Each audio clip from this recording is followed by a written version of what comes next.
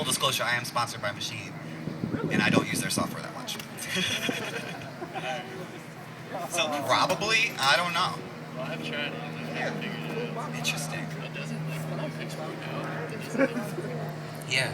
It's all stereo. Like the kick will be stereo, so if you import it in the Pro Tools, the trumpet comes in, it's stereo focus. You can always split stuff in other audio programs too, but that's a lame workaround, right? Yeah. I'll put the word in with the guys.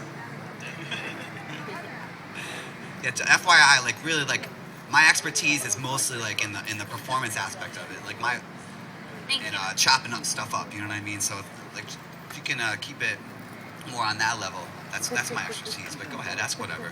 I'm open. Who's your biggest inspiration? Like, who influenced you? I'm from Detroit, and I'm just influenced by Detroit music in general.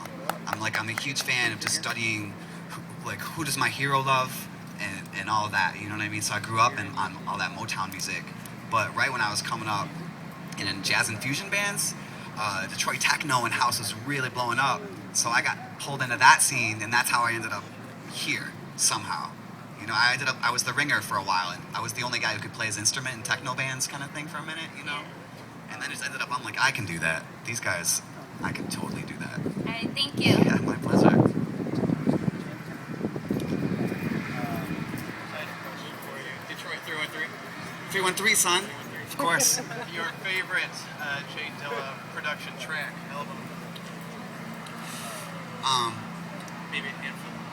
There's two for me. There's Big Booty Express, which is like really total Jay Dilla style, pays homage to the rest of Detroit music, the electronic scene that's influenced by Kraftwerk and all that kind of stuff, you know. And then there's F the Police for various reasons, because it's ill funky and it has like a message that I totally understand. Thanks. Yeah, my pleasure. Sure. I was just wondering what type of filters you use live, like, you know, kind of things you map around. As I mentioned, my entire set's coming out of Reason right now, so I'm using all their internal filters, you know.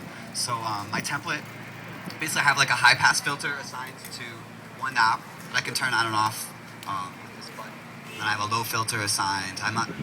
Sometimes I'll go for some mid-sweepy guys, you know, but again, they're the standard Reason, you know, stock filter. Yeah. Just make sure you don't rock the cutoff too hard on it, because it makes it weird, you know. So I generally will actually assign the knob to do two different things. One, it will be changing the amount of cutoff, and it'll be changing the amount of filter as well. Because if you just leave the cutoff really high, the resonance really high, it's just going to be like, when you filter it down, it sounds all junky. So mess around with that a little bit. Don't get too heavy on your resonance, filter people. All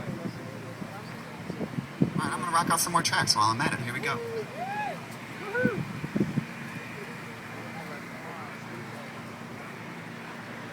Stick with some Jay Dilla for a second. I'm gonna go. So all of these are like rows. I mean, I keep on saying rows, but to reiterate, I'm cutting up a section of music, breaking it up into 16 chunks, and just rolling across the rows, and you can reorder it as you wish.